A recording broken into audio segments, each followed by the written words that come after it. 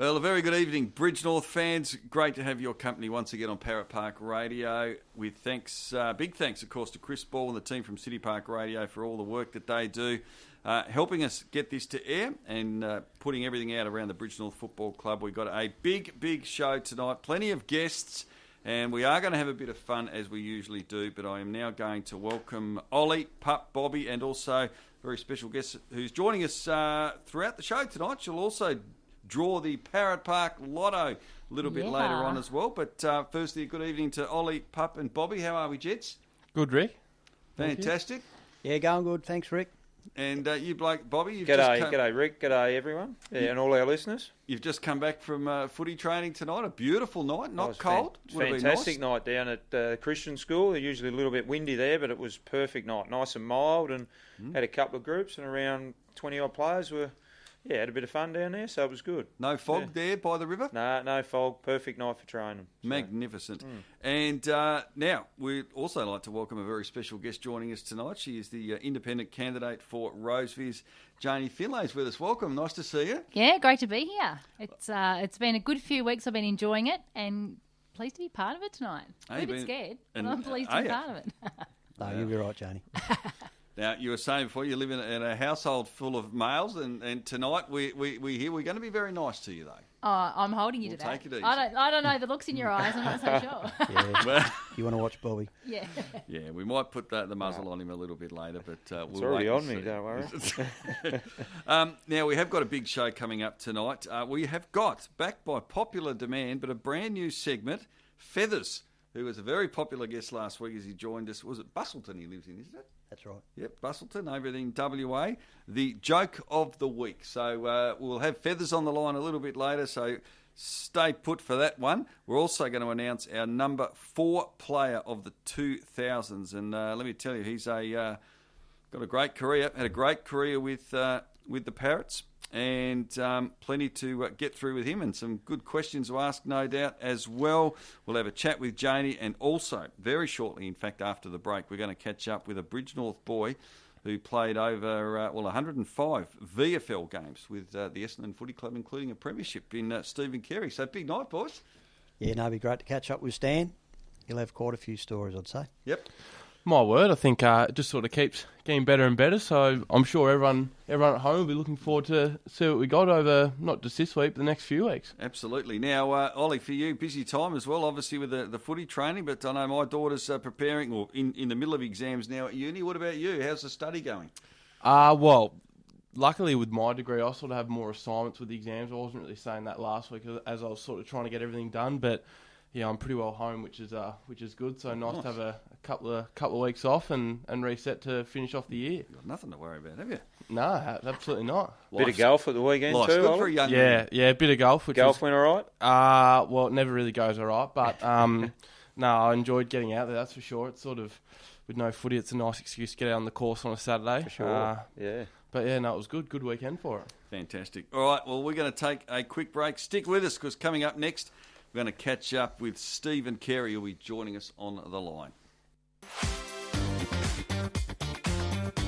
Eureka Garages and Sheds is another new sponsor this season. 100% Australian owned and has been a highly respected provider of domestic and commercial sheds for 25 years. Situated at 21 Connector Park Drive, Kings Meadows, contact Jason Stewart today on 0437 771 936. Visit C&W Electrical Launceston for all your electrical needs. If it's heating and cooling products, power points and switches, LED lighting or solar power, C&W will have the solution. 100% Australian owned and operated and supporting local families and community and sporting clubs. The friendly team at C&W has over 130 years of combined experience in the electrical industry, so no question will go unanswered. So if you're building or renovating, get in and see Flinty and the crew at C&W Launceston, a proud sponsor of the Bridge North Football Club. Atkins Removals, family owned and operated for over 60 years. Our highly trained, happy staff care about your possessions as if it was their own. We also offer container storage and packing materials. Call club sponsor Atkins Removals today on 6326 4100. Welcome back to Parrot Park Radio. Great to have your company tonight. Nice to be a much milder night for an early start of winter down here in Tassie. I wonder what it's like where our first guest is tonight as well. But you are with the Ollie, Pup, Bobby and Janie Finlay, special guest as well, and me, Rick Fontaine. Our first guest tonight, well, what a career he had. From 1980 to 86, he played 105 games with Essendon, kicked 6 goals. We might get him to talk us through every goal he kicked in his career. Of course, a tremendous defender with the Bombers. Then went on to play 7 games with Geelong down at the Cattery. She played in 2 VFL Grand Finals, including 1985. I don't really want to bring it up because they did beat Hawthorn in that premiership. And unfortunately missed the 84 Grand Final due to injury, but won a best and fairest at North Launceston as well back in 1979 before he headed over to Melbourne. Of course, we're talking about a much-loved man from the Bridge North Football Club as well. Very pleased to welcome Stephen Carey, who joins us. G'day, Stephen. Well, how are you? G'day, guys. How are we all going? Good, Stan. We are going very well. You're also with Ollie, Pup and Bobby, but great to have you with us. It was an amazing career, hard to believe, and I'm showing my age that I can remember it all very, very well and very clearly. I mean, that rivalry, particularly with Hawthorn through the mid or early to mid 80s was quite something. But it must have been great. I mean, I guess we maybe just talk about the period leading up to that as well, because you won the best and fairest at North Launceston in '79, which obviously then led you to going over to Melbourne the following year. But how old were you then when you actually made your debut with the Bombers? Yeah, look, I left halfway through 1980, so I was just turned 20. Right. So, I had 2.5 years with North, or 77, and went in with Michael Peck at the start of that year, and we did all the work, and then Michael decided to come home. I stuck it out the first year. It was a bit of in and out of the ones and the seniors, and we played. Back North used to win all the flags back then in all grades, but we won second seniors. I played seconds, and then next year was sort of happened a bit quick, really. I suppose looking back on it now, but I remember Dad was a big supporter and a pusher to go to the better standard a bit too, and he never got the chance, I suppose. And I remember playing in a NTFA NWFU game, at York Park, and it was just totally different footy, and you sort of finish the game and think, what in the hell have we just been through here? But it was the best against the best, and I suppose, it just sort of snowballs from there. Now, speaking of the best, the boys will certainly have some questions going back to the younger days, but from the VFL days, you were part of a team that was an extraordinary team. You look at, obviously, the Danahers being part of that side back then, Timmy Watson, Bomber Thompson, to name a few. Of course, Kevin Sheedy was the coach. It was a wonderful team. I mean, do you look back now and sort of think, geez, how lucky was I to be part of a club where I played in a grand final, but then 2 years later you actually got to play in a premiership because you fitted in beautifully into a very, very strong team. Well, yeah, but it probably didn't start out like that. I think, that Sheedy was going to coach Essendon, or Jeans was going to coach Essendon, and one went to Essendon, one went Hawthorn, and you spoke about the rivalry a bit, but it ended up being that they did their craft on their players, and we ended up with the best list. Essendon weren't going that great early on. I mean, we elimination final 81, elimination final 82. We weren't reaching any heights at all, and Carlton, who we could just beat on a 20-cent piece, were winning flags and playing in flags, and it was frustrating, but we just weren't quite ready, I think, as a list. You mentioned all the good names, but they didn't all come together until a certain period. We had Neil Danaher for a short time, and then and Terry was, even wasn't playing that great of footy, and Simon Madden, early 80s, was captain and got dropped to the seconds, and we probably went through a bit of a discipline change after the coaches before Sheeds, and I can't talk too much about those except for Barry Davis half a year, but it seemed like the discipline, and he installed that Richmond hard training, and so it was a matter. It took a couple of, I think in his first year we lost our first 6 and then won 15 straight and bundled out one final. I mean, if you win 15 games today, you're playing in the top 4, and that's what we couldn't get to, I suppose. So. And once we did that, it sort of showed the difference, as is Hawthorn. That's why we become, 3 years in a row against one another, because we were just a bit better than the others, Yep. Yeah, g'day, Stan. Pup here. How are you, mate? How's it, little fella? How are you? Yeah, good. Good on you. I cop enough. He was referred to as Dickie Knee during the week on a Zoom conference, so we might stick with that. Yeah, no, great to have you on the show, Stan.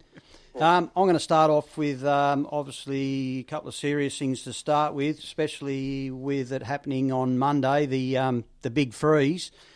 Just let the listeners know with your involvement, and obviously some ex-players with the drive that you've been involved with over several years with the MND. You there? Yeah. Yep.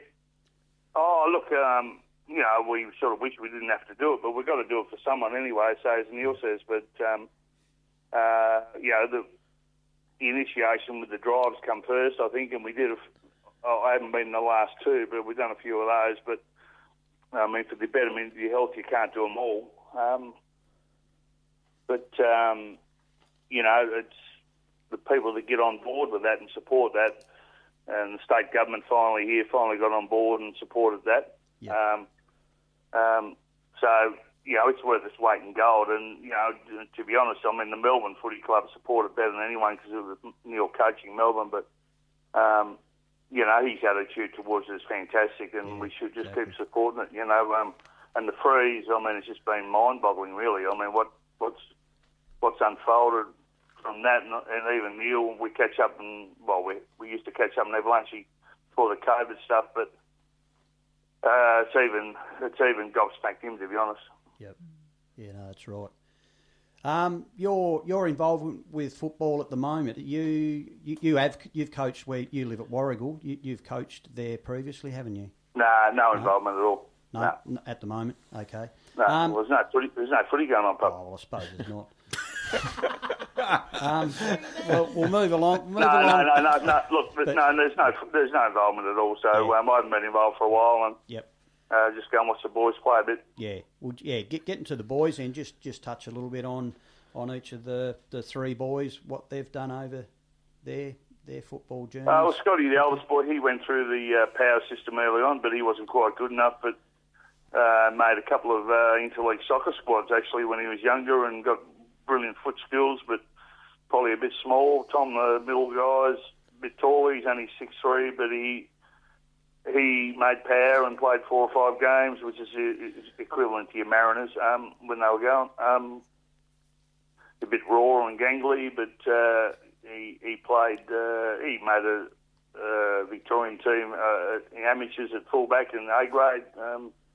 So he's played a couple of games at VFL level, but and Chris, the youngest bloke's done similar. He's played a couple of games at VFL level and had signed to go back to VFL this year. Played Southern Footy League last year, won the league medal by I think 15 votes. Had polled 39 votes.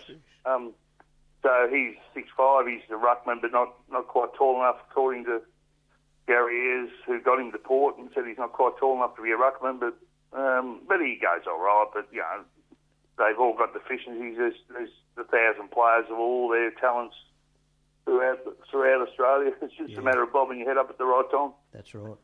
And doing the right thing. But they're not quite ready. They're not quite good enough compared to some of the kids you see. So. Yep. Yeah. I've obviously done a little bit of background. These are all, there's 3 or 4 here. The answers are true or false. Is it true back in the day, you're obviously young blokes, Fred Lack used to get yourself and Darryl to do the scoreboard at Bridgenorth, which was over on one of the flanks, I think. And when the opposition were having a shot at goal, you used to bang the crap out of one of the sponsors' boards, and one day the umpires actually come over and told you to stop. Well, I can't remember, but I'll plead guilty. Yep. We used to run the boundary too, so I can't remember what game I'd be running the boundary, but I'd be up to no good. Yep. Doesn't sound like you, Stan. One here, the 79 grand final you played against Scottsdale. Is it true that you actually started the all-in brawl before the bounce? Well, I didn't throw the first punch. Right. I might have caused the first punch, but I didn't throw the first punch. Yeah, okay. No worries. So And, if somebody took offence to what I said, well... Yep. No, all good. So And, pretty guilty again. You also used to have a bed at North too. Used to lean up against the bar, I was told. Oh, I can't remember that. No, I used to go back to David Peck's place. David was the guy who got me to North and used to sort of stay at his place a bit. So, no, I can't remember falling asleep at the bar. Oh, okay. No, it's just, well, obviously people are giving me the wrong info, but anyhow. Yeah, I think so. Yeah. With these, it's Janie here. With these not so good memories about some of these classic moments, what's your best memory from down here? From Tassie? Yeah. Oh, well, it was the Brisnorth show. Playing Brisnorth was, I remember as kids we played at Riverside High and we used to have to come back of a morning to fill it, to get the numbers up for the twos, and I think there was 3 or 4 of us, and we'd come on a quarter time because that's what the time frame was with getting from school, and one of the parents bringing us down and running on, so we had 14 or more on the team sheet, and I suppose that's where it all started, so you can only thank that. And I think I played my first senior game at Brisnorth at 15, which would have been through luck more than ability, but with Michael Butt, was coach at the time, and, that's where it all starts. So being able to get out, Darryl, my older brother, looking after me and having a few beers there, and we don't advocate underage drinking, but they do it now anyway, so have a few beers at the footy club, and it's great to see the footy club is like still the same as what it was when I left, although you've modified it and made it a bit aughty-tawdy and government grants and shit like that, but it's good the way it was for me, so, Blackwood doing the hot dogs out the back, and you can have a few beers a kid after the game. At least everyone knew where everyone was. So, that was great for me. And then, to be able to go to North, which was, I didn't know what was going to unfold there, but, what unfolded after that was where it all started. But, if it wasn't for Brisnorth, well, it doesn't start. So you've got to start somewhere. So, I haven't got too many memories of I remember playing against Beaky, and the boys down there used to try and kill us. Playing, so I learned to defend myself down there a little bit. But we had, a pretty young side, with Michael Peck and Greg and Darryl and myself and Peter Gaffney, and we were probably all a bit cocky too, so they were probably just trying to sort us all out. It taught us all a bit of a lesson. I think we all got caught at some stage. Yeah, no, good. Just back to I've got one last one here. Is it true that every time you do come back here to Tassie and visit Stan Reid, that you don't leave until you've drunk his carton?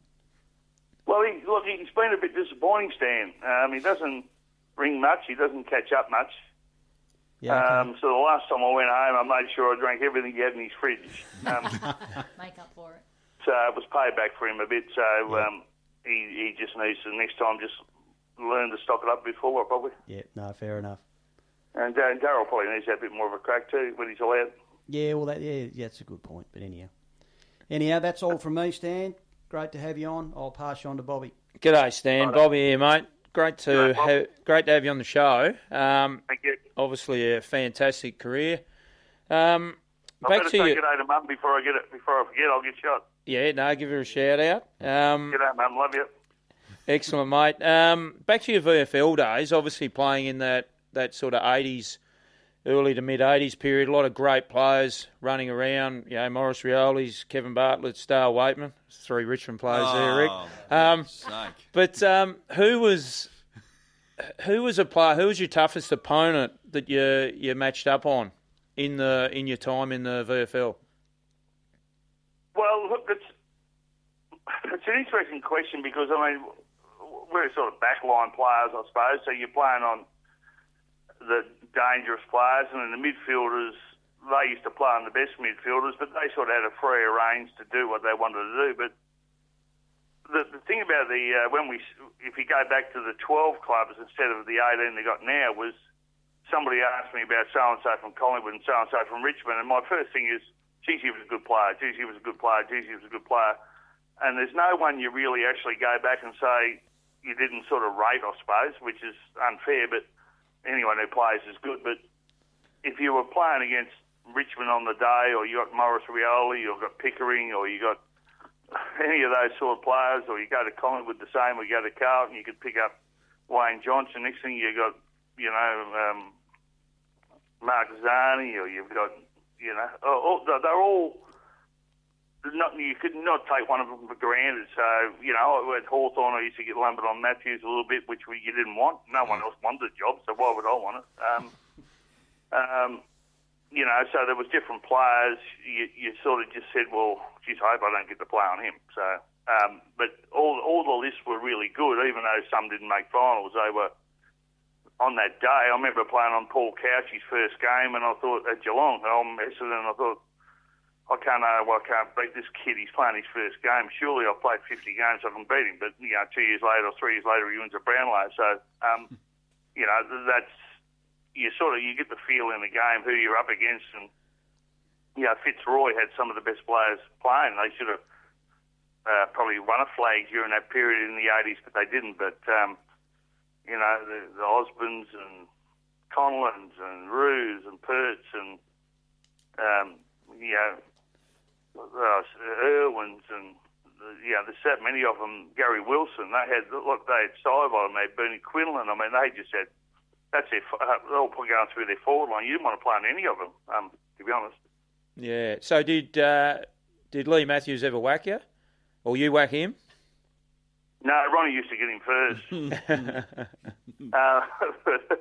I was always looking over my shoulder. No, actually, I did get him in one of the finals and broke his cheekbone, which was accidental, of course. But I've sorted that out with him since and had a beer with him. He just run into an elbow, did he? No, it wasn't an elbow. No. No, he just wasn't watching the ball. Fair enough. G'day, Stan. Ollie here. How are you? Ollie, how are you going? Very good, thanks, mate. I'm assuming you probably watch still a fair bit of footy. Is there any really key differences you notice in the game from when you played to now? I know all the time there seems to be comparisons, but is there anything in particular that you really notice? Oh, well, it's got quicker and the skills are better, there's no doubt. But I don't like watching a lot of it, to be honest. I think the commentator, it's run by Channel 7. It's run by they pay the fees, and I think they have too much of an input. There's no good news stories. It's all, 3 boundary riders and 16 people commentating and all that. So I think they've ruined it a bit for me and the old players, a bit, I suppose, if that makes sense. The footy, to go and watch a game of footy live is better than watching it on TV.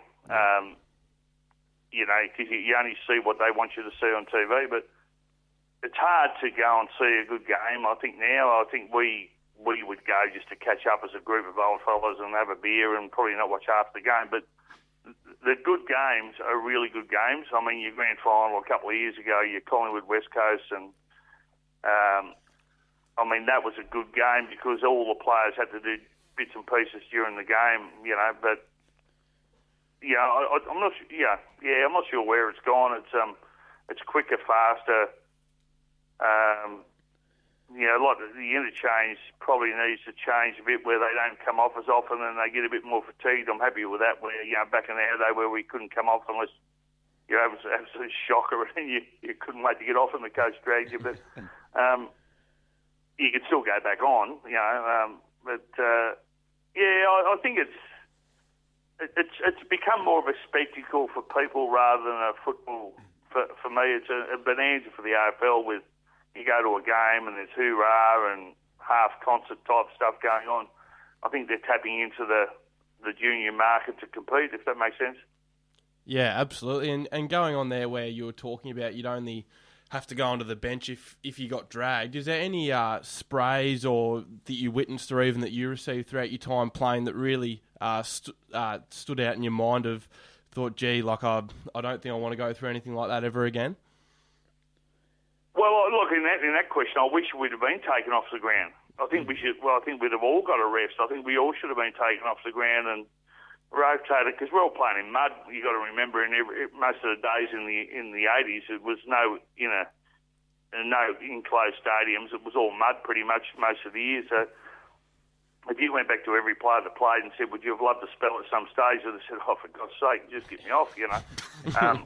You're playing on the best player of the day, and he's probably kicked 5 on you at half time, and coach says, I've got no one else I want to put on him, and you just you know, you're going to war all the time. So it would have been good to have mentally to have got a spell and physically got a spell. So, but it was 20 against 20 by 12 teams.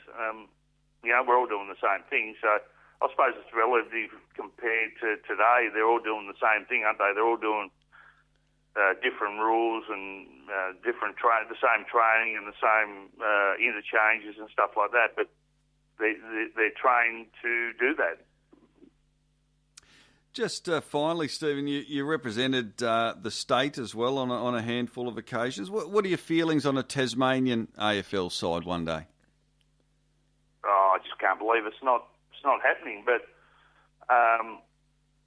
my perception on it here is that the AFL would not do it. Well, they haven't done it because they already had a footy market in Tasmania. They didn't need to go to Tassie. This is some years back now, I suppose, and so they've gone to New South Wales and Queensland to compete against rugby, which you understand that, but at the same time, by not doing that, they've let Tasmanian footy fall behind from what we hear over here, and the clubs folding and changing leagues around and all that sort of stuff. So I think it can only work. I mean, our own state government, Tassie, will support it. And I think the AFL have just only got to support it now. But having Hawthorn play your 4 games and your North play their 3 games or whatever is suffice for the AFL, but it's not suffice for Tassie, I'd suggest, if that's correct. No, valid point. There's certainly the drums have been beating loud for a long time, and of course they've been beaten by basketball. So basketball now obviously going to enter the NBL in at this stage 2021. So because I think the AFL clubs here get $500,000 a game over there. I think that unless you guys know anything different, but. So if Hawthorn play 4 games, it's worth $2 million to them. If North play 4 games, it's worth $2 million to them. I mean, the reason St Kilda stopped going there was their president at the time was so aloof to say we don't need Tasmania, and Peter Hudson jumped in for Hawthorn and said we'll take it over, as he should have. And that's if that's not enough money for them to do it, that's fine. But that's why they do it. It's a pretty good income for their club. Very much so, very much so. Look, great to catch up, Stephen. Great to reminisce on the VFL, but obviously you don't forget where you come from. You're a much-loved person down at the Bridge North Footy Club, and I'm sure in North Launceston as well, and I know your mates look forward to catching up and having drinks with you on when you get down here as well and you enjoy yourself. But look, thanks for coming on Parrot Park Radio tonight. I know all the boys and all our listeners will really enjoy it. Good on you. Thanks for your time, guys. Good on you. Cheers. See you, Stan. See ya. He's a real character, isn't he? But golly, I can remember vividly. He was a very, very good footballer. Very good footballer. Very tough. Mm. Yeah, run through a brick wall. Yep, yep. In fact, I do recall, I should have asked him, there was a little story once, his car have a brick thrown through its windscreen. Oh, actually, yeah. That was after the 79. Mm. That was on the Sunday. And back on Invermay Road, you could park in the middle. Through the middle there. Yeah. He had a black panel van, went out to that, and all the windows had bricks thrown through them by obviously Scottsdale people. Must be. Scottsdale fans, don't ring in. All right. That was great, though. Excellent to catch up with him. We've got to take a quick break. We need to get to one and hear from our great sponsors. But when we come back, we're going to catch up with Janie Finlay and talk. I don't know what we're going to talk about yet, but we'll wing it. Stick with us. Linton Kidd Floor Coverings has been a long-term sponsor for the mighty Parrots. Kiddy, a past player at the club, is the person to see when it comes to laying that fresh new carpet or vinyl in your new or renovated home or business. Contact Linton today.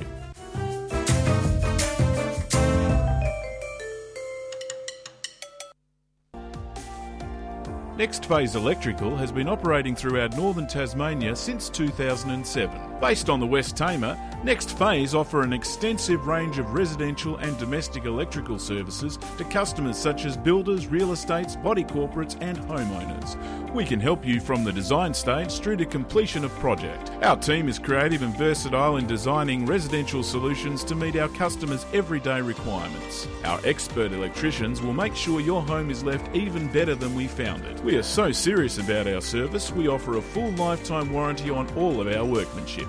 Contact Sharon in our office today. Parrot sponsor.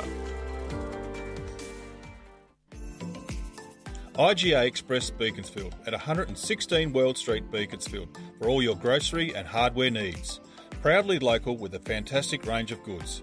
Call in and see Shane and the team today, a proud Parrot sponsor. Tell me what to say, because I'm not signed up to that. Welcome back to Parrot Park Radio. We're just chatting amongst ourselves here as we do.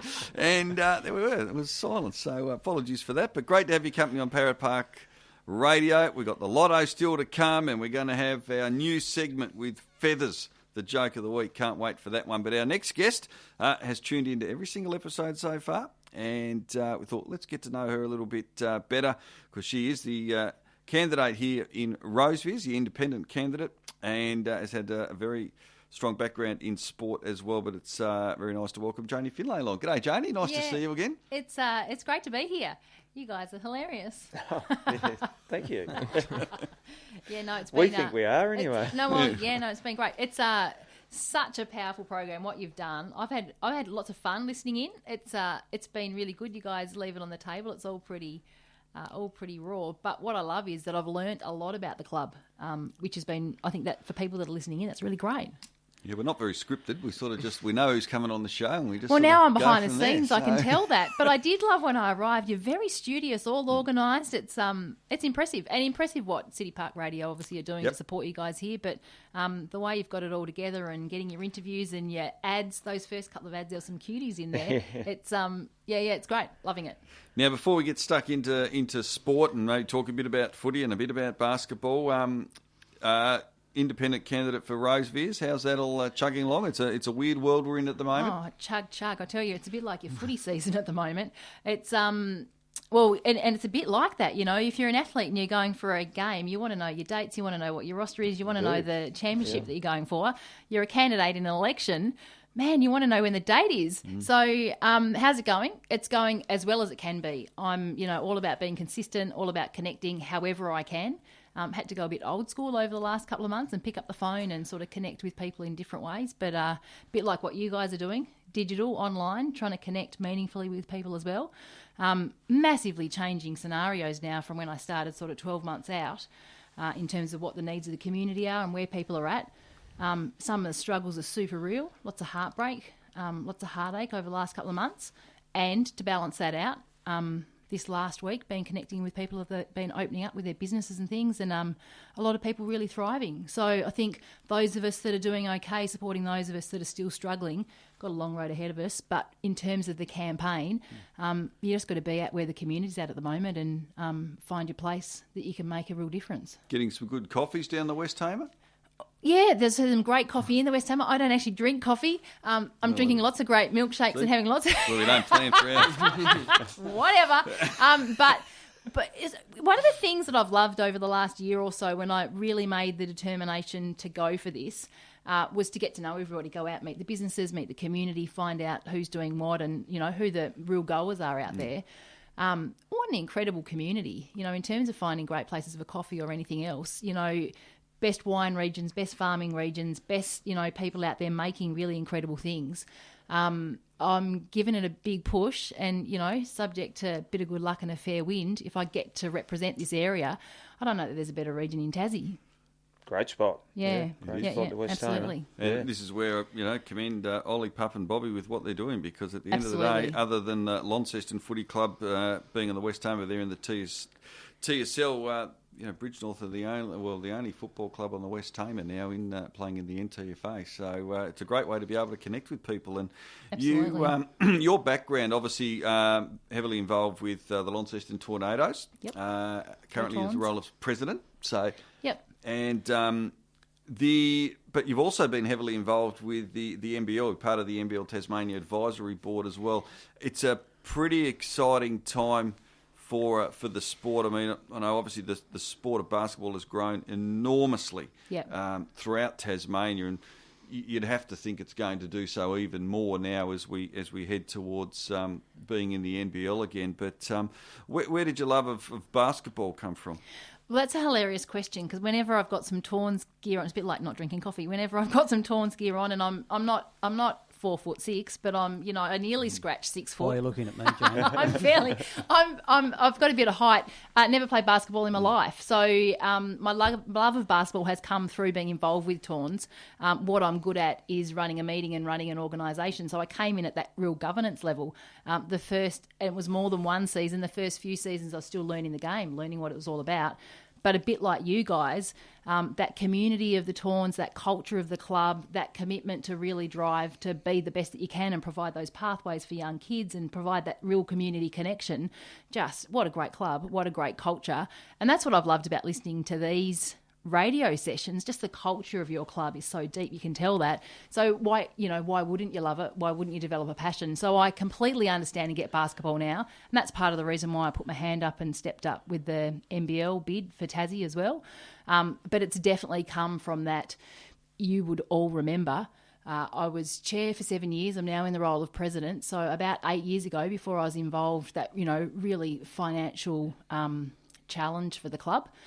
So I came in then to help after the community review and the community call out for funds. I came in then to sort of lead the rebuilding of the club at that time. Yeah.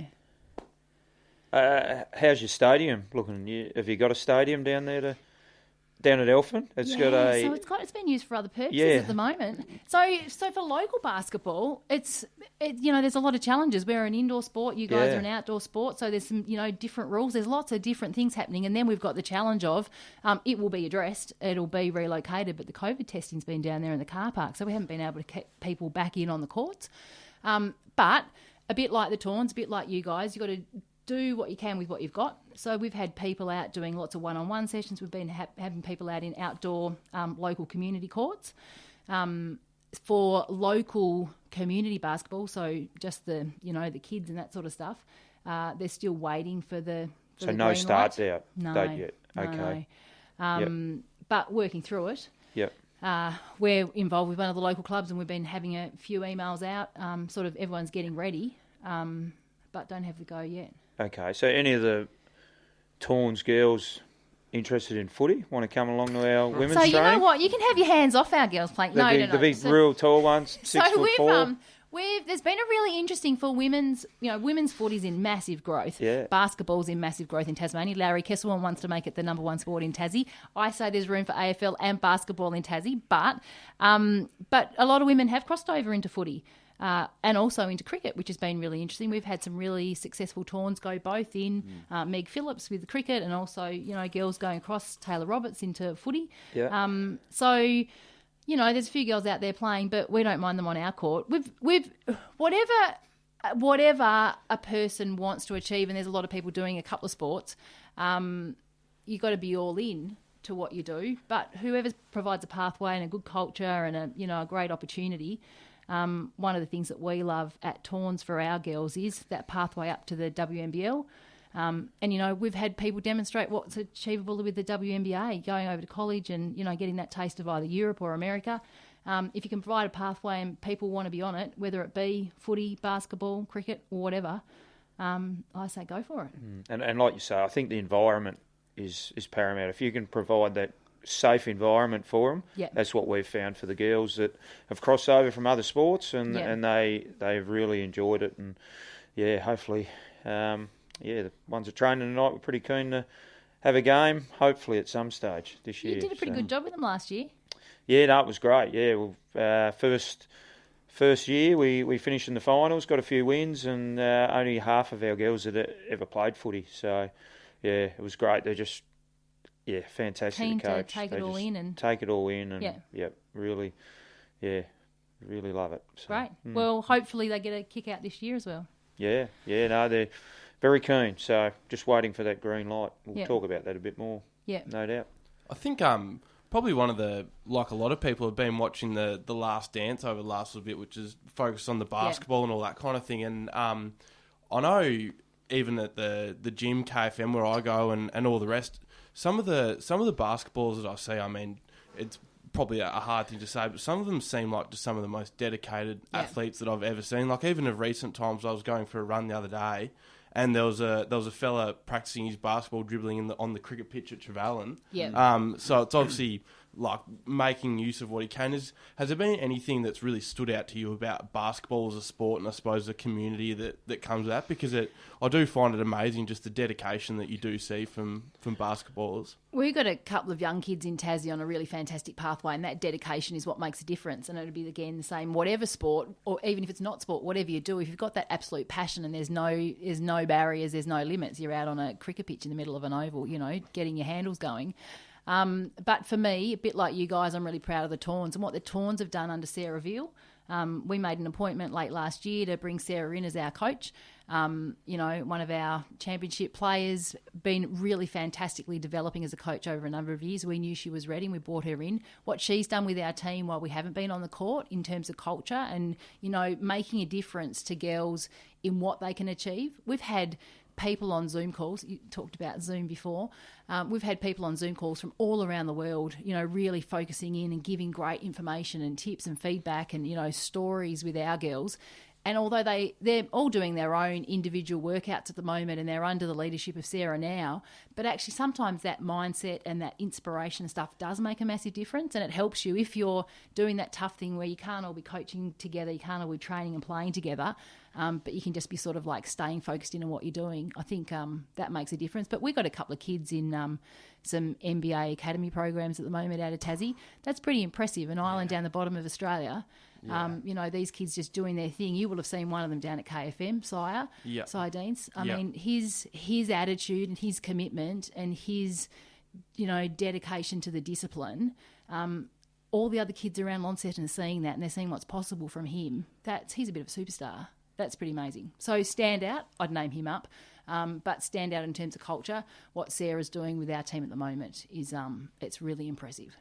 Yeah, I mean, you can see why the game's growing so much. I mean, I was a ex-Riverside boy, so like Riverside High, obviously, as you mentioned there, absolutely. had a pretty good sort of culture, and some of like the crowds and the gyms and stuff at lunchtimes and all that kind of stuff. Like they were some of the best sort of school memories I had. Sort of, I was absolutely useless at it, but like supporting guys that were, and yeah, I think it's excellent sort of seeing how everyone's being able to adapt to the ever-changing world that we're going through at the moment. Absolutely. Yeah, I'll just touch on, just get away from sport a little bit. You still like your fishing? Have you seen the photo? I've actually now, correct me if I'm wrong, 5 or 6 years ago down at Fortescue Bay. Oh, so we probably would have been, it could have been 5 or 6, it might have been a touch longer. Could have been, yeah. But pulled a pretty big one in. I didn't want to let anyone else bring it in on me. So I don't know where you've heard that from. That's hilarious. No, I actually was there with a few mates. Were you down there? Yeah, we were there. We were camping for a couple of nights. Serious? Come back in and you were being serious? Yeah, no, it goes down there regularly. You guys were cleaning disbelief in. Yeah. So we were peed off because we didn't catch any. Yeah, right, nice. It's actually really important that someone knows something like that about me, because when you're in public life, people can represent you as all sorts of things. And I'm a really grounded grassroots girl, and I don't mind my fishing. It was estimated maybe about 23 kilos, and it was by they pulled it up with its fins and it nearly touched the ground. It took me about 20 minutes to get it in, and it was a good night. It was the biggest fish of the boat at that time. It isn't anymore. But yeah, we had great fun. Fortescue's beautiful. And yeah, out on the water, there's nothing quite like it. Oh, that's right. We're actually heading down the end of this month. Yeah. Yeah, two boat loads. So well, and that's I reckon that's one of the best things with the releasing of the restrictions, no matter what you're into. But for me, going camping, getting out fishing, it's a pretty important balanced part of the world. Yeah, that's right. Yeah. Fantastic. Well, look, Janie, hope you can stick around because you've got a pretty important job to do, and we'll have a bit later on, but we'll continue the chat through not everyone's always good at it. I hope I don't stuff it up. Well, you haven't got much to beat after my performance last week when... if you had been in here. No, it wasn't pretty, was it, boys? It was funny. Yeah, well, it might have been for you, but thankfully you didn't have your camera on. But thanks for coming in and thanks for your support of the Bridgenorth Footy Club as well. No, and thanks for we having do me. wish you well, but we will continue the chat. But we do need to get to a break because we need to announce our number 4 player and meet him very shortly. We'll tell you all about his career after the break, and we'll have a chat and no doubt hear a few stories as well. Stay with us. We'll be back very shortly. Phil and Susan Bennett, owners of Pro Edge Landscaping, are new and proud sponsors of the mighty Bridgenorth Parrots this season. Pro Edge Landscaping are specialists in concrete garden edging, as well as retaining walls, driveways, drainage and all other jobs around your garden. You'll find Pro Edge Landscaping in the Lagana Industrial Estate. Call or visit their friendly team today.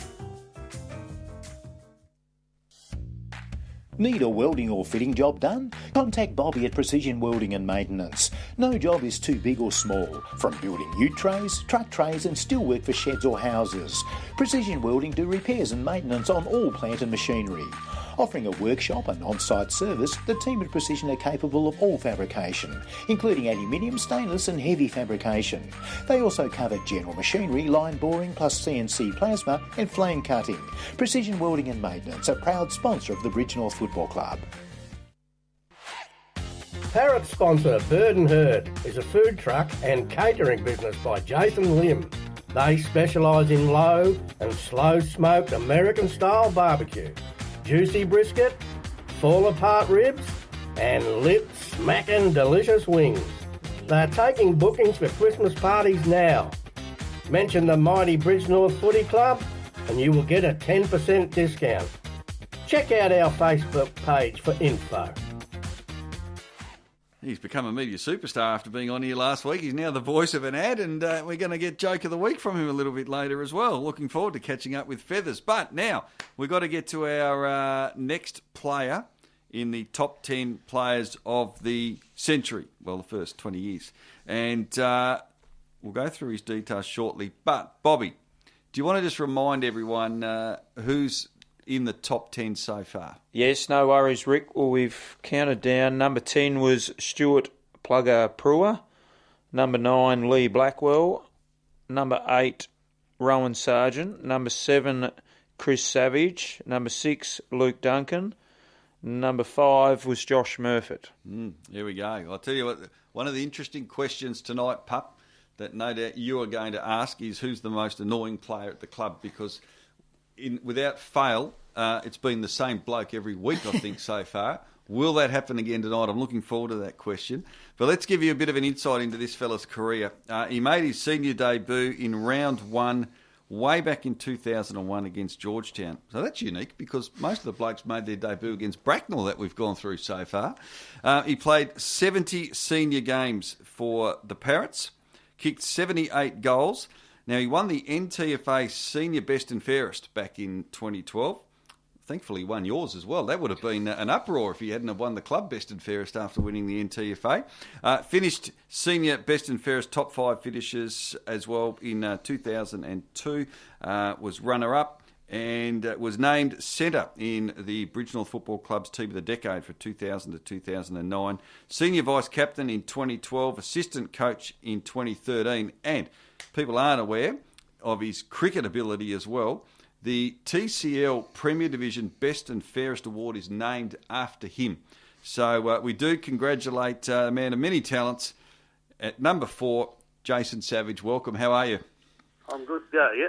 Great. We were chatting a little earlier today about the TCL, but of course we're here tonight to talk about the footy career, but we might touch on the cricket as well, because as we mentioned, it's a pretty fair effort, and you can tell how high regard you're in cricket circles that the Best and Fairest Award is named after you in the Premier Division. But as we talk about your career with the Bridgenorth Footy Club, it was a great club, I guess, to be a part of back then as well, because there were a lot of highlights and a lot of great players. Oh yeah, it was definitely. It was a fun place to be around more than anything. The place made me feel very welcome straight away, and a lot of mates come out of it. Now, I know Pup's got these busting here to ask you a question. Puppy? G'day, Doc. Congratulations on number 4, buddy. Pup, thanks, mate. No worries. Now, listen, I've dug up a bit of info here, a bit of dirt, so to speak.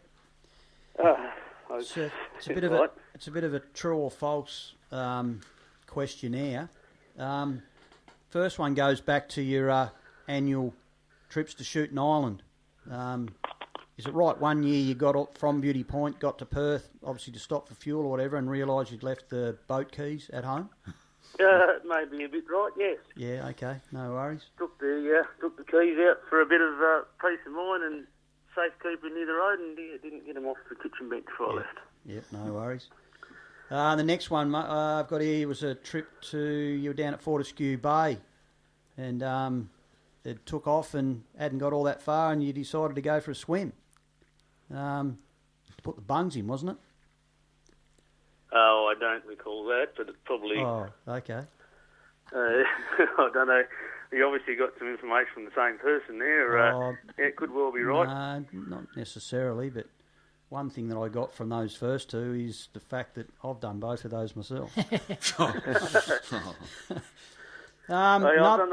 done the bungs before, but I can't remember that. Yeah, okay. Another one I've got here back in 2002. I'm not sure the game. I think was down at Beauty Point you were playing. But you seem to be more interested in what was going on in the back of Tangles' ute. Yeah, give me a bit of info there. What was happening there? Oh, I think he had a few mates in the back, and one of him was a silver colour. Didn't you have a? No, I don't remember. From what I've heard, there was a barrel set up in the back. Barrel set up in the back. They're having a great time, and you wanted to be there. Oh, I'm certain they would have been having a lot of fun. They're good people to be around, but I know I don't remember. That probably happens on a few too many occasions, I suppose. Yeah, okay. To pinpoint the right one. Yep. And a bit of info for the fishermen out there, especially lakes fishermen and that. How long can you keep wattle grubs in the freezer and then still use them again? Yeah, I don't think you can, mate. No, in the freezer they might keep a bit, not in the freezer. 15 years is a bit long, isn't it? You've been talking to some people that like hamming things up quite a bit. Oh, maybe.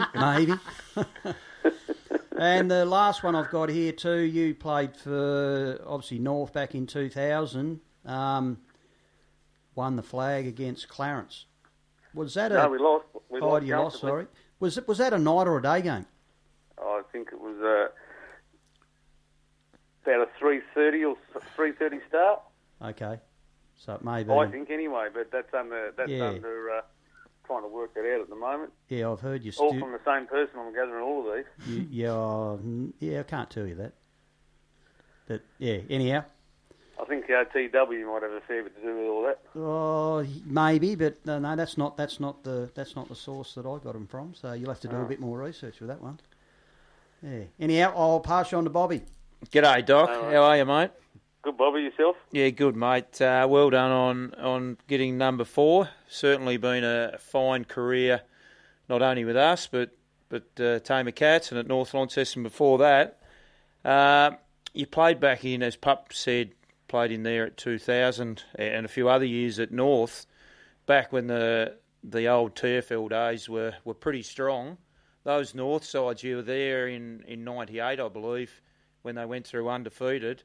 Who was the best state league player you come across, and probably even not just state league? You had a junior career in what was the Mariners then, that's now the Devils, and you went over and actually played some games in the carnivals and things like that. Who was, aside of NTFA, who was probably one of the better players you've come across in those early years? Oh yeah, I was still pretty young at North, but I used to like. I like players that you can rely on. I just never used to see Adam Sanders get beat. He was sort of like you know, the ball went near him. He just got the job done all the time, from contest to contest. But I think Nathan Howard probably the same. I used to look up to Jason Gibson, but I know. I remember a day at Ballarat one day we played the boys, and I didn't follow too much of who certain people inside, and they kept saying about one bloke wasn't coming on, his crook, and couldn't come on. Adam Goods actually played that day and powered us up. We lost by plenty, but Shane O'Brien came on and played on me in the last quarter, and I'm pretty sure he kicked 4 goals and got 20 touches, and I never got near it, and made me look like an absolute fool. Yeah, I don't know how crook he was, but he didn't seem crook to me. No, some good players there, mate. And then you come to Bridgnorth 2001. Your first stint there was a pretty good era. We had some good players in that year, and then when you come back in the later time, who's the best player you've played with at Bridgnorth? Very different times for me. The Bridgnorth between the two was pretty strong the first time round with all the exiting state players, but I sort of remember the second stint there a lot better, fresher in my mind, I suppose. But I used to like watching Murph play. He was just exciting. There's not many players around like that, and you'd be out ready to go. But if he's running pace, you just give it to him. You knew if he got it forward to centre, he's having a bounce, kicking a goal, or hitting someone up. It was pretty exciting to watch. Yeah, no, definitely. But I did like, like I said, those reliable players. I know you got Joel Clements. He did it forward, back, anywhere you put him in the ruck, just anywhere. And for a young bloke, especially first time round, I think his first game I played with him, he touched up Dale Chug as a 16-year-old. That's a pretty fair effort. But kicking to Joel and people like Blackie, if they didn't mark it, it's probably your fault the way you kicked it, really. Yeah, well, it wasn't too many times you miskicked the ball, mate. You're one of the best kicks we ever see going round on that deadly left foot. So, no, certainly a great effort, mate, and it's great to have your involvement and your family's involvement with the club. And as we get going and play some footy later this year, potentially, and over the years, it'll be great to have you back, mate, and continue to come to the club and have a beer with us. So we had some great times, some footy trips. I remember rooming with you a couple of times on trips, and we probably won't go there, but we had some good times. Why not? That's what you play for, to go away for things like that. I was very team orientated, and the footy trips was a big focus on celebrating all the work we did for the year, and I really enjoyed them. And we did room a few times and let the hair down, have a bit of fun, but that's the whole idea of it, isn't it? Yeah, no, it was great. So, yeah. G'day, Jason. Ollie Wood here. How are you? Good, mate. How are you? Yeah, very well, thank you.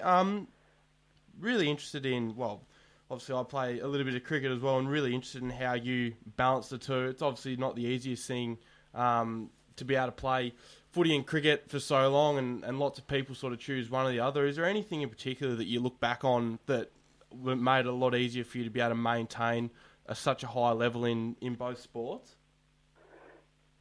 Oh, the cricket was the footy was the main thing. So cricket took a back step early on, and the fact that the TCL's a fair bit lower to what you play early on, it made it easy to. For me, it was to get back to Beauty Point and be part of the community, so to speak, to keep with the cricket. And as it turned out, I ended up enjoying cricket more as it went on. But football was the main focus, and being in the TCL with Beauty Point was just a way to. It was like an off-season thing, but it sort of built up over time. When the body starts to fail you at footy, you can keep going with the cricket.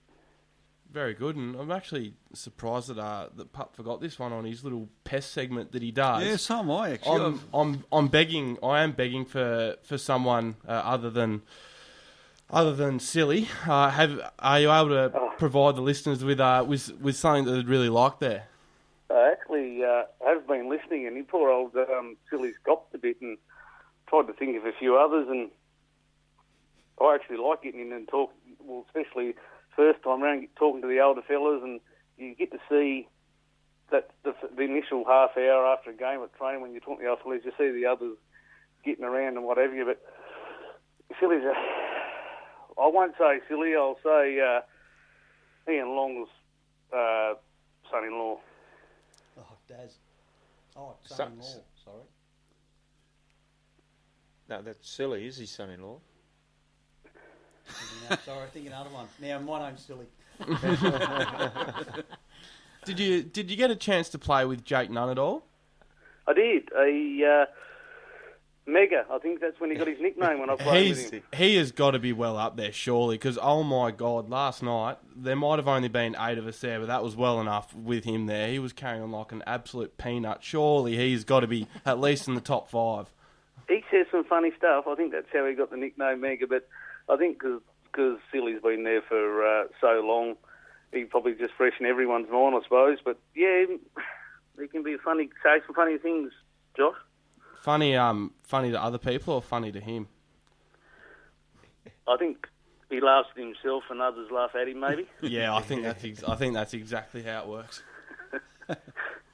Very good. Hey, Jason, well done again on getting to number 4. As we know, Bridge North have had a lot of great teams over the last 20 years, and to be number 4 in that period of time is a great achievement. So we appreciate you coming on Parrot Park Radio, and thanks for your support. I know you tune in regularly, but it was a great effort and a great career, not only, of course, with the Parrots, but your cricket career and, of course, with North and the higher honours that you had as well. Well done. Thanks very much. Jason Savage joining us, very, very talented sportsman. And tell you what, that is looking forward to the top 3 because, boy, oh boy, we've seen some impressive players fill up the first 6 weeks. Yeah, there's a bit of talk about there. Some reckon they've got it all sorted out and worked out, but it's created a lot of discussion, and that was the idea. And yeah, it's been really good. And 3 to go. And other clubs are doing something similar too. And see Deloraine, the top 25, and tune into that every day, and have a look. So it's good. It is good. Very, very good indeed. Time for one more break. Then Janie. Parrot Park Lotto. Are you going to have a little practice during the ad break? Do I need a practice, do I, Rick? Is it No, tricky? Probably not. But there you go. She's warming up. And don't forget, Joke of the Week, and we might talk a little bit of NTFA as well. So stay with us. We'll be back very shortly. Parrot's major sponsor, Fulton Hogan, formerly Venarchi Contracting, are your specialists in asphalt and sealing of driveways, sporting courts and private and public roads. We can also supply to fix your timber edging, retaining walls and stormwater systems, and we can rejuvenate your own asphalt to look like new. For statewide free quotes, please call 6325 4400. That's 6325 4400. Parrot sponsor Adrian Brown Painting is your painting specialist for all new homes, renovations, as well as sign writing in any shape or form. If you've seen a quality sign in our club rooms or around Parrot Park, they are the products of Adrian Brown, and the club is very grateful for his work. Beams Brothers is our longest serving sponsor, who are big supporters of local football. Beams offers a huge variety of products from agricultural lime and dolomite, landscaping materials to machine hire, all at affordable prices. Beams Brothers have grown from humble beginnings to now being one of the West Hamers' biggest employers. Past present employees have pulled on the Parrots Guernseys, with 4 brothers, Ian, Ted, Tony and Donald, playing with the club. Also with brother-in-law Peter Stratton. Robin Tasker had a kick, as did modern-day star Joel Clements. Call Beams Brothers today. Here we are, gasbagging once again, and Pup had the audacity to actually just ask, when I showed Janie how to do this lotto thing, to actually question whether or not I did it the right way. Now that's I'm bullying. feeling the pressure. Yeah, well, but look at him. He's sitting there smug back there. If only people could see. I look great on radio. Now, Dickie, where did that Parrot's cap come from? Because you've been banging on for 2 weeks since we had the PM on the show. Have you pinched that one? No, I didn't pinch it. Patch felt sorry for me, and it's apparently on loan. Okay, righto. Just like the PMs. Janie, how are you feeling about doing this draw? Because we got, what are we doing? $200 and $100. We are. Yeah, so we got to do 2 draws. So we're doing 2? We are. Okay. So let's give it a go and see what warm it happens. up, and let's see what we get first. Bobby's got the pen ready to write down. There we go. Oh. Around. Come on, Rick. Keep going. What's going That's on? it. Do a little lap and go the other way. You got one. And there it is. Oh, number 1. Really? Marcus Byard. No, redraw. Redrawer. Well, Marcus. Okay, here we go. Second Well one. done. $200 for Marcus. And number 87. 87 is Moose, Neville Stewart. Great. Past player. Going to the Greens Beach shop. That's it. So Fantastic. $100 going to him as well. Well done. And make sure in the... Great fish burgers. Oh, great place to go to and head down to Greens Beach in those summer months. Magnificent. Good job, Janie. It's not that hard, is it? I know. On you, Rick. Goodness sake. Righto, let's move on. Now, Bobby, obviously training tonight down the club. What's the latest down at the Bridgenorth Footy Club? How are things? It's been a big week. Yeah, it has been a big week in footy. But, yeah, obviously the NTFA's announcement was last Wednesday. They had the meeting and,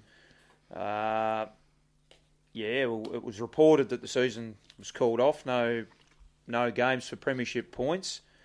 But they did have a clause in there that it wasn't probably reported well enough, I don't think, but there's a clause in there that an opt-in competition can get up, which there's a little bit of momentum with that, with a few clubs that are really keen to get some footy in their communities, which is great. So that's great. We were at a meeting last night that Deloraine, out at Deloraine Footy Club, there was 8 clubs present, and 8 clubs were pretty keen to get something going. So that will obviously be work in progress with the NTFA, and the NTFA are keen. I know Scott's really keen to get on board with that, and we'll look at the viability of it and make sure that everything's ticked and offer our players, well, not only our players, our supporters and everyone in the footy community the opportunity to play some footy. And at stage 3, the government has said, and the AFL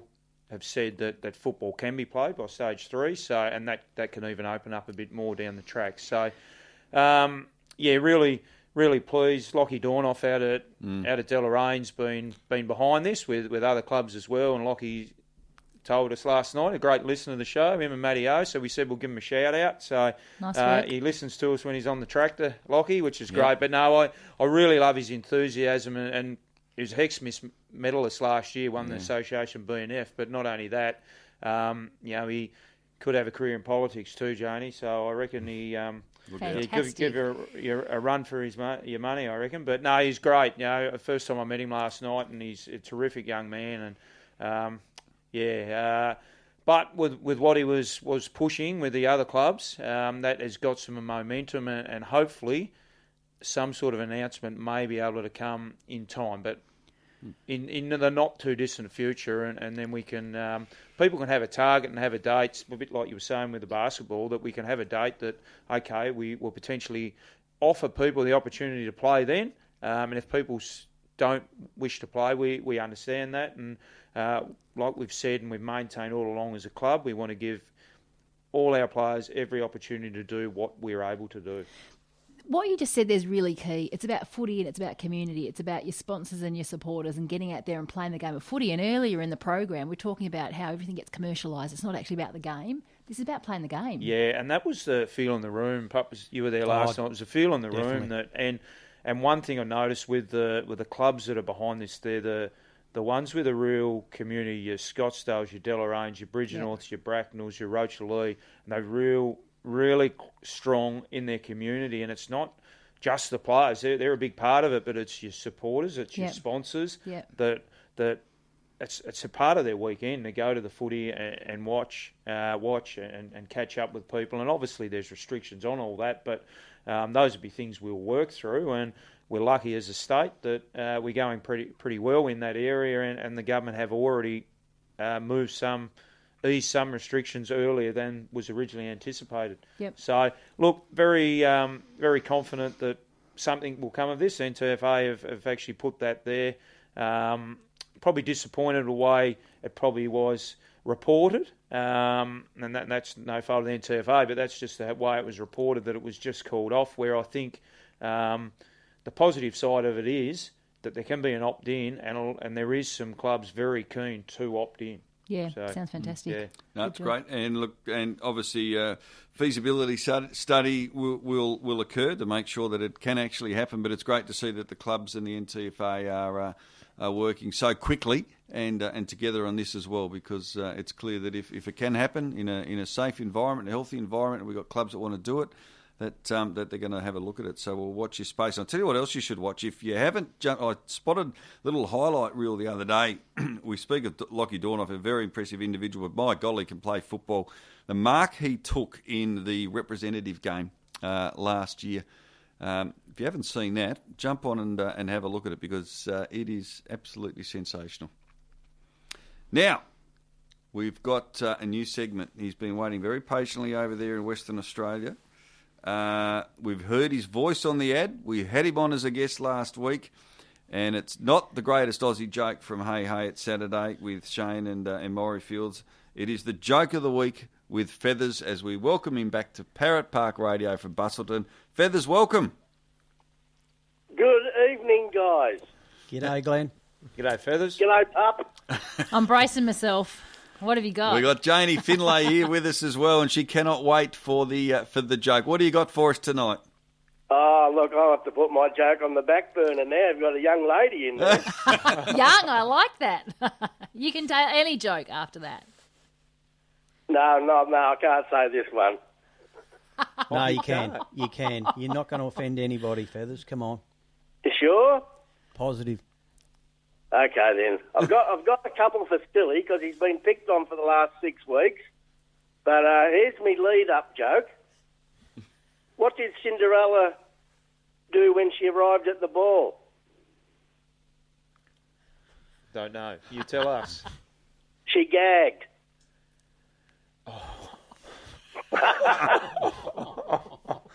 Oh. Okay. Yeah. Wow. What have we got next? Sorry, guys. Here's my dedicated ones to poor old Sil. When I met my wife, I knew she was a keeper. She had on these enormous gloves. Come on, guys, laugh at that one. Yeah. Oh, that is segment 1. Will there be a segment 2 after tonight? Yeah, no, we'll get I think back. so. No. It's a nice way to finish the show. How's the weather over there this week, Feathers? Still nice? Cooled down today, and it's going to be wet the next couple of days. Yeah, we've got about, I was just having a look before on the weather app, and we've got about 5 days of wet weather coming up. So oh, that's no good. No good at all. But anyway, at least we won't be getting wet out at the football. No. Have we got time for another quick one? Yeah, just a quick why one. not? Yeah, I had a bit of a crook gut, so I went to the doctors the other day, and I said to him, "Have you got anything for wind?" And he gave me a kite. Oh, fantastic.